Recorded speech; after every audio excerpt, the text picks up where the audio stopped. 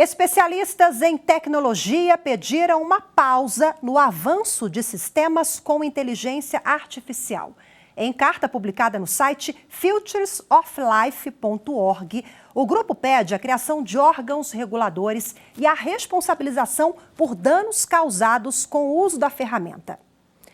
A inteligência artificial tem dominado cada vez mais serviços que antes eram executados por pessoas.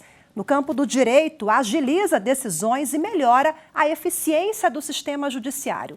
Mas o uso está sendo discutido com bastante rigor. A reportagem é de Evne Araújo. Confira. ChatGPT. Nos últimos dias, você deve ter ouvido falar nele. O site funciona como uma plataforma em que você lança um assunto e recebe uma pesquisa completa sobre o tema. O sistema foi lançado no ano passado e tem gerado polêmica em torno dos limites do uso da inteligência artificial. No universo jurídico, o ChatGPT pode ser usado como um tira-dúvidas, por exemplo. A gente pode perguntar a ele o teor completo do artigo 5º da Constituição e saber o que diz a Carta da República nesse trecho. Mas o problema não está aí. O receio dos especialistas é que pessoas mal intencionadas passem a gerar conteúdo sem conhecimento, apenas com a ajuda da plataforma. Na Colômbia, o tema foi parar na capa dos jornais. Um juiz fez perguntas ao ChatGPT e definiu a sentença com base nas respostas. O processo dizia respeito ao direito à saúde de uma criança com autismo. A medida inédita gerou diversos debates ao redor do mundo. A professora de Direito, Carolina Jatobá, alerta que no Brasil, plataformas como essa não são regulamentadas e o Congresso Nacional ainda precisa aprovar leis que garantam a segurança das informações geradas por elas. As empresas que estão por trás desse grande empreendimento, elas sim já aderem a um determinado código de conduta padrão, como uma commodity, né, das Big Techs, e já atendem, de uma forma geral, à privacidade de dados. E, obviamente, como todo setor econômico, o Estado precisa regular essas relações, não só relativamente à questão de privacidade, mas ao próprio uso, porque a esfera da internet acaba sendo uma esfera pública. Então, você tem, sim, interesses e princípios que devem ser observados para além da questão da privacidade, para além da questão do indivíduo. Nessa quarta-feira, especialistas em tecnologia assinaram um pedido conjunto para que haja uma pausa de 6 meses no avanço de sistemas com inteligência artificial. O grupo pediu às empresas do setor e aos principais governos mundiais a criação de órgãos reguladores e responsabilização por danos causados com o uso da ferramenta. Bom, e agora, para a gente repercutir o tema, eu converso ao vivo, de forma remota, com o advogado que é especialista em direito digital e proteção de dados, Renato Opsi-Blum. Olá, doutor Renato, boa tarde, seja muito bem-vindo.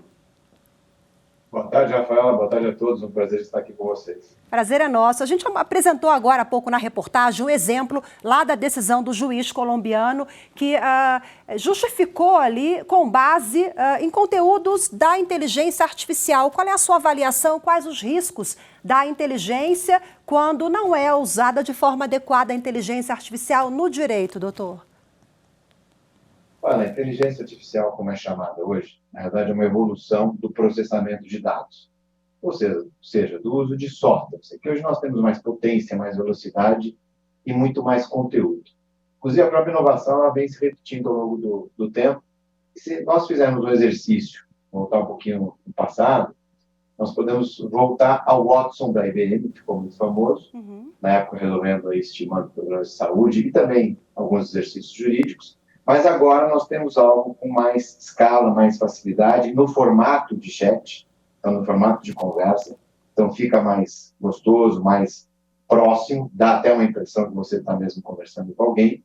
E o conteúdo também que tem o ChatGPT e outras inteligências artificiais, entre aspas, outras bases de dados programáveis, é muito robusta. Então nós temos hoje, no caso do ChatGPT, por exemplo, que a base vai até 2021, uma espécie de mineração quase que completa, não total, mas completa, importante, daqueles conteúdos que são que chamam atenção, né, que são relevantes na própria internet. E com essa indexação, ou seja, com a programação que é feita, quando você pergunta alguma coisa, a resposta que vem é uma resposta atrativa. Qual que é o ponto que eu chamo a atenção? Essas ferramentas todas, elas servem como auxílio, mas, por enquanto, não servem como a substituição da atividade jurídica ou de outras atividades que nós temos por aí. Porque a atividade jurídica tem uma série de questões relacionadas à percepção, à intuição, à experiência e à improvisação também.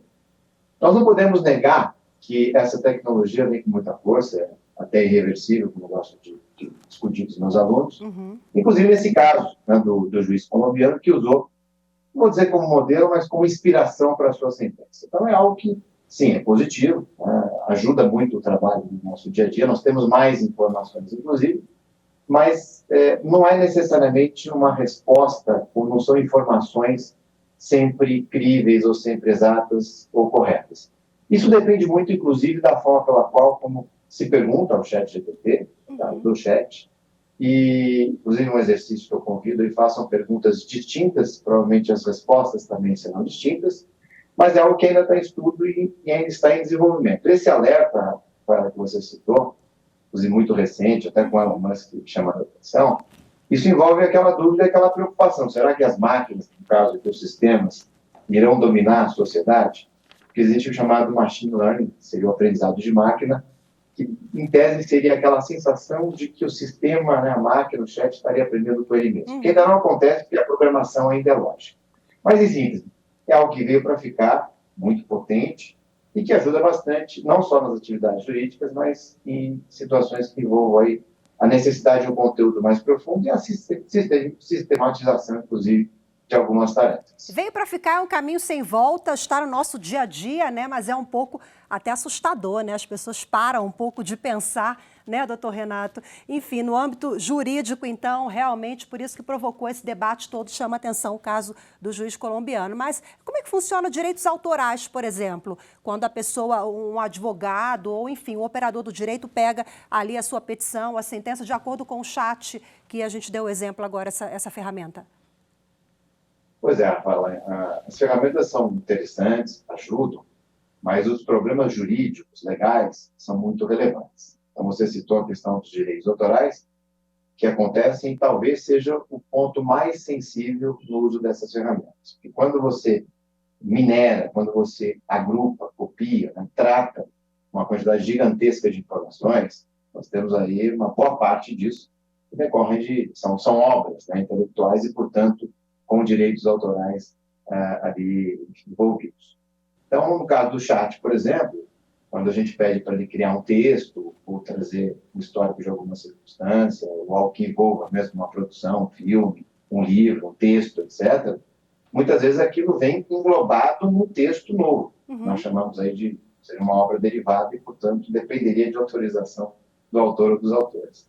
A questão da citação e da própria legislação, que ela é questionável, não só no Brasil, mas no mundo todo. Então, já temos um arcabouço jurídico para lidar com essas questões que podem, certamente serão discutidas no âmbito do Poder Judiciário? Com relação a direitos autorais, temos. Temos que fazer uma interpretação, principalmente lá do artigo 46 da LDA. A proteção de dados também, nós temos a nossa legislação recente, inclusive a LGPD, mas temos uma dúvida muito grande com relação à regulamentação da programação em si, que envolve aquela dúvida, aquela preocupação que hoje é global.